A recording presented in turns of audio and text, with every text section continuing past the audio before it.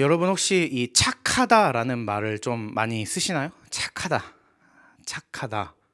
너 착해. 나 착하지 않냐? 이런 착하다라는 표현. 상대방을 혹은 나에 대해서 누군가가 누군가에게 평가를 할 때 가장 흔하게 쓰는 게 착하다라는 표현이에요. 좋은 표현일까요? 나쁜 표현일까요? 착하다는 사실은 좋은 표현으로 사용되어야만 하는 표현이죠. 근데 요즘 가끔은 좀 다른 표현으로도 쓰이긴 합니다. 뭐 딱히 칭찬할 게 없을 때 착하다고 한다든지 그런 식으로 표현되기도 하지만 원래 본래의 뜻은 참 좋다, 착하다. 이 착하다라는 단어가 너무너무너무 추상적인 단어지만 사실 되게 좋은 단어예요. 그래서 여러분 혹시 이런 표현도 혹시 써봤나요? 걔 알고 보니까 착해. 걔 알고 지내보니까 착해. 이런 표현 써보셨어요? 저도 그런 표현 진짜 많이 썼던 것 같아요. 알고 보니까 걔 되게 착해. 그리고 또 이런 거 지내보니까 알고 지내보니까 걔 좀 착해. 제 기억에 중학생 때인가요? 제가 학생 때 소위 이 노는 친구들, 비행 청소년 그런 친구들이랑 이제 잠시 어울린 적이 있었어요. 근데 멀리서 보기에 그 친구들 착해 보이지 않았거든요. 근데 가까이에서 지내보고 대화를 해보고 같이 시간을 보내보니까 착한 거예요. 생각보다 많이 착한 거예요. 얘네들이 그 학교에서는 정말 어마무시한 친구들이었어요. 또 저희 학교가 그렇게 막 공부를 열심히 한 학교가 아니고 치고받고 싸우기로 유명한 지역에서 그런 학교였다 보니까 그 중에 걔네들은 정말 악명이 높은 친구들의 무리였거든요. 근데 그 무리 안에서 대화를 해보고 좀 지내보니 착하던 거예요. 그래서 그 착하다라는 감정에 대해서 제가 그때부터 의문을 갖기 시작했어요. 이 착하다는 게 뭘까? 사실은 우리가 착하다는 거라고 생각했을 때 도덕적인 의미를 가지고 있잖아요. 근데 이 도덕적인 의미만 따지고 보면 그 친구들 착하다고 느끼면 안 돼요. 근데 착하다고 느끼는 게 이상한 거예요. 마치 이런 거죠. 두 명의 도둑이 있는데 둘이 도둑 짓을 같이 해요. 공범이죠. 근데 둘이 서로를 평가할 때 뭐라고 평가하겠어요? 얘 착한 애야. 얘 나에게 참 좋은 친구지. 이렇게 표현할 수 있는 것처럼 이 뭔가 착하다는 표현은 너무 자기 멋대로인 것 같다라는 생각을 하게 됐어요. 그래서 사실 쟤는 착해, 저는 착한 사람이야라고 말하는 게 어쩌면 우리가 생각하는 이 도덕과도 또한 성경이 말하는 어떠한 중요한 가치관과는 좀 거리가 먼 게 아닐까 하는 생각을 가지게 됐습니다. 그런 생각으로 이 요나서를 보니까 오늘 조금 그런 관점으로 보면 이상한 장면들이 좀 포착이 돼요. 여러분도 잘 알다시피 성경 구절은 요나에게 하나님께서 니느웨로 가서 멸망과 심판을 선포하고 그들에게 회개를 촉구하라는 그런 명령으로 구성되어 있습니다. 근데 요나가 그걸 거절하고 도망가잖아요. 그래서 멀리 배를 타고 저 멀리까지 도망가려고 합니다. 거기가 스페인이라는 곳이에요. 거기까지 도망가려고 배를 타서 배에서 잠에 들었는데 폭풍이 일어서 배에 있는 모든 사람들이 난리가 났어요. 근데 요나 아직도 자고 있죠. 그래서 요나를 깨워서 그들의 풍습대로 제비를 뽑아 누가 신의 노를 사서 이 문제가 발생했는지를 뽑았는데 정말로 요나가 뽑힌 거예요. 그래서 요나가 이제 자기 소개를 합니다. 난 히브리인이고 하나님 여호와를 섬기는 사람이야. 라고 말하자 사람들이 야 그러면은 너는 신의 노여움을 진짜로 받은 사람이야? 그러면 어떡해? 큰일 났네 막 난리가 난 거죠. 그리고 나서 사람들이 어떤 일을 하냐면 사실은 배가 가라앉으려고 하는 거예요. 파도가 막 배를 덮으려고 해요. 그럼 그런 상황에서 내가 살고자 요나를 그냥 바다에 던지는 게 맞아요. 그리고 요나도 날 바다에 던지라고 말했거든요. 근데 그들이 어떤 일을 하냐면 그 요청을 거절하고 노를 저어서 어떻게든 요나를 살리려고 해요. 13절에 그러나 그 사람들이 힘써 노를 저어 배를 육지로 돌리려고 하다가 바다가 그들을 향하여 더 흉용하여짐으로 능히 못했대요. 실패한 거죠. 선원들이 사실은 요나를 살리려 했습니다. 자신의 목숨을 걸고 살리려고 한 거예요. 그래서 저도 이런 생각이 또 들었어요. 이방인이고 이방신을 섬기는, 즉 우상을 섬기는, 하나님을 섬기지 않는 선원들이 요나를 살리려 했던 살신 성인의 정신을 보여줬어요. 그리고 요나 또한 마찬가지로 선원들이 죽지 않게 하기 위해 자신의 목숨을 버려서 바다에 빠져 죽음으로 선원들을 살리려 했어요. 좋아 보이고 선해 보이지만 사실 여기는 좀 허점이 있는 것 같아요. 9절에 다 드러납니다. 어쩌면 이 사람들은 정말 착한 사람들로 비춰져요. 그런데 이 착하다라는 것이 우리가 추상적으로 알고 있는, 남들끼리 서로 평가할 때 간편하게 평가하는 너 착해, 너 좋은 사람이야 라는 개념이 아니라, 정말로 착하다라는 것은 선한 것이고 정말 도덕적으로도 고결한 것이라면 그 선함은 누구에게만 있는 것이죠? 성경에 보니까 마태복음 19장 17절, 마가복음 10장 18절, 누가복음 18장 10절, 19절 동일하게 선한 이는 오직 하나님이시다라고만 말해요. 그렇다면은 선하다라는 표현을 하나님께만 쓸 수 있다면 우리끼리 서로 통용되는 착하다라는 단어는 대체 뭘까요? 그래서 저는 이 착하다라는 표현이 어쩌면 우리가 생각한 도덕적 고결함이나 완벽한 선함이 아니지 않을까라는 생각을 하게 됩니다. 그리고 나서 14절을 한번 볼게요. 결국에는 요나를 던지지 않고 열심히 노를 저었지만 요나가 살게 되고, 요나를 살렸지만 이 풍랑이 잠잠해지지 않자 이들의 반응이 14절에 나옵니다. 무리가 여호와께 부르짖어 이르되 여호와여 구하고 구하오니 이 사람 생명 때문에 우리를 멸망시키지 마옵소서, 무죄한 피를 우리에게 돌리지 마옵소서, 주 여호와께서는 주의 뜻대로 행하심이니이다 하고. 자, 이 구절의 구성을 보면은 이 구절만 똑 떼놓고 마치 우리가 연말에 뽑는 말씀 구절과 같이, 아니면은 뭐 냉장고에 붙이는 한 구절과 같이 이 구절만 똑 떼고 보면은 이렇게 느껴져요. 하나님, 우리를 멸망시키지 마시고 여호와께서는 주의 뜻대로 행하십시오.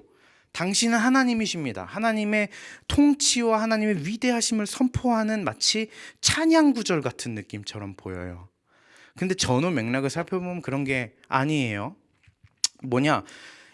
요나를 살리고자 했다가 실패한 그들이 바다가 더욱더 막 흉흉해지자 너무 놀라서 두려워해서 이렇게 말하는 겁니다. 우리말로 바꾸자면 여호와께 소리를 지르면서 외치면서 기도하는 거예요.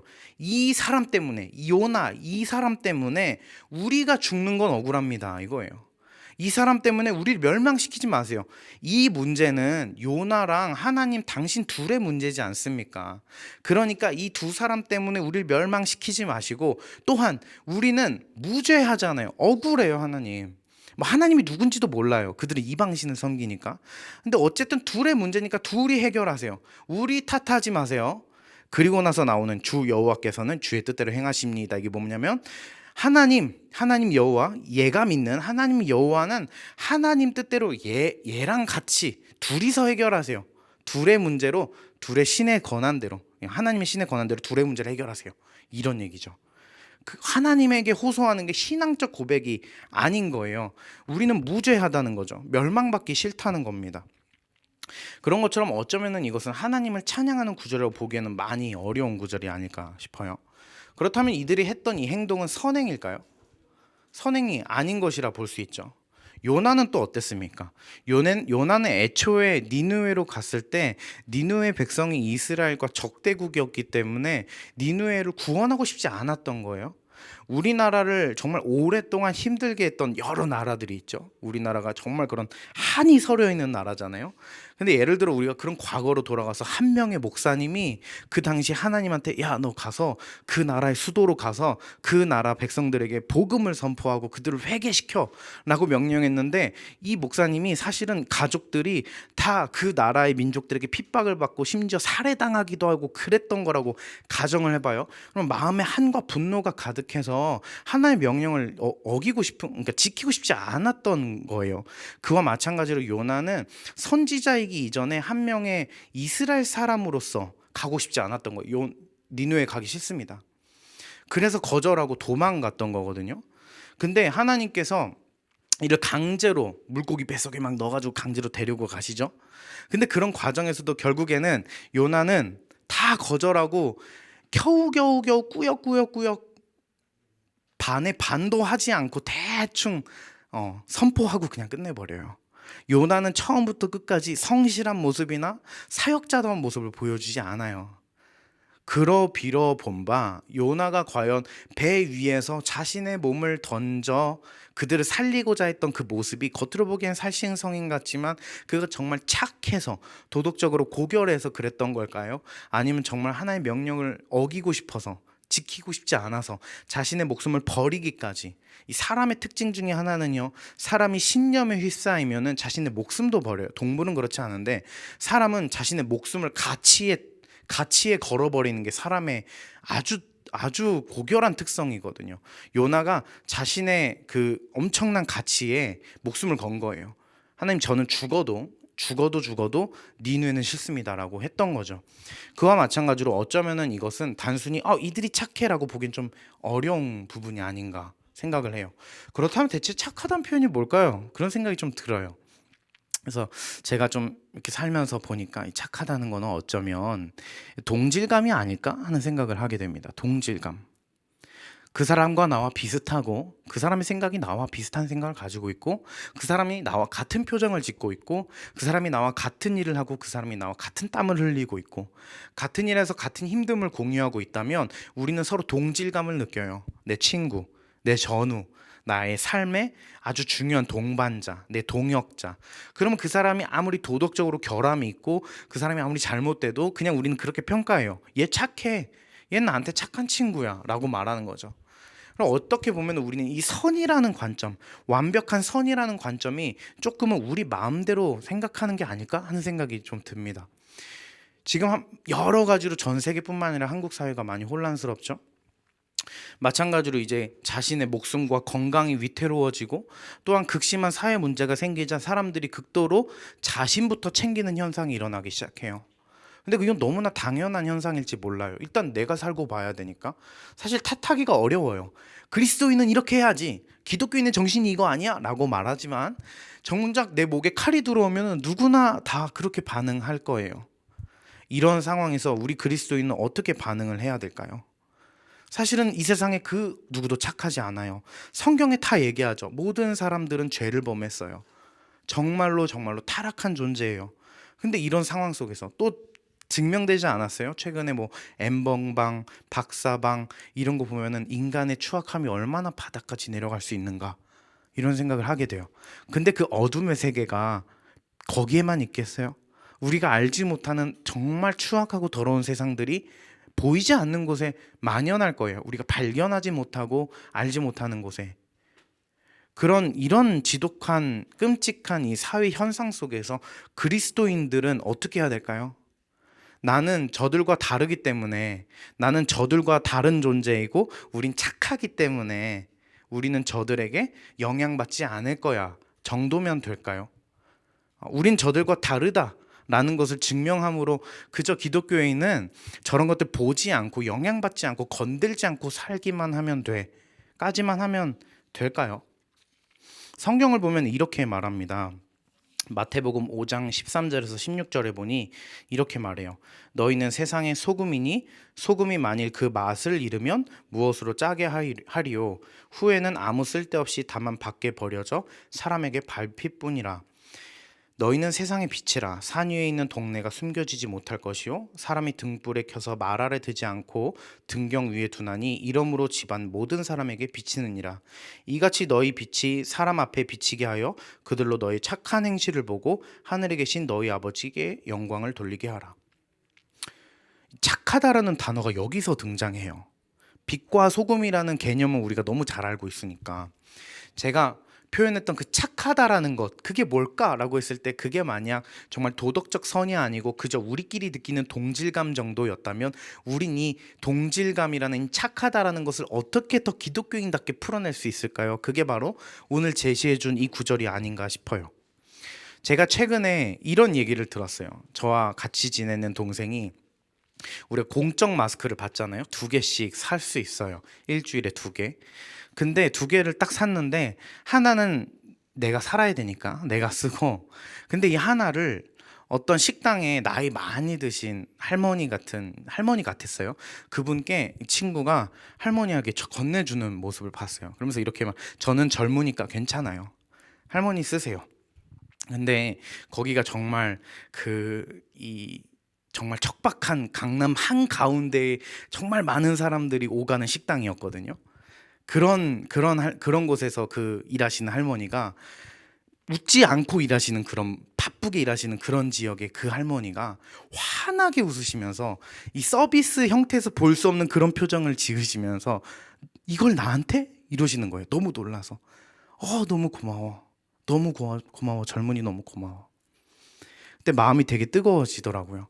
우리가 할 수 있는 착한 일이 뭘까요? 이것은 그저 뭐 나누고 그저 좋은 일을 하고를 넘어서서 남들이 할 수 있는 동질감이라고 표현하는 착한 행실을 또 넘어가는 기독교인만이 할 수 있는 그 무언가를 했을 때에만이 사람들은 우리를 야 쟤네들 빛이야, 야 저 친구들 소금이었구나라고 평가할 것 같아요. 사실 우리는 도처에 좋은 일을 할 수 있는 게 널려 있어요. 근데 기독교인만이 할 수 있는 좋은 일은 어쩌면 정말 별로 없을 것 같아요. 그 일을 우리가 찾아 나서서 해야 될 때가 아닌가 싶습니다. 지금이라도 여러분 마음속에 감동이 되는 일, 갈팡질팡했던 할까 말까, 이거 하면은 조금 오버하는 게 아닐까? 이렇게 행하면은 조금 과한 거 아닐까? 고민할 수 있는데 그 일을 행했으면 좋겠어요. 저도 조금씩 그런 일을 행하려고 하는데 되게 민망할 때가 있어요. 근데 조금 수줍은 모습으로 이렇게 얘기하면 좋을 것 같아요. 전 예수 믿는 사람이에요.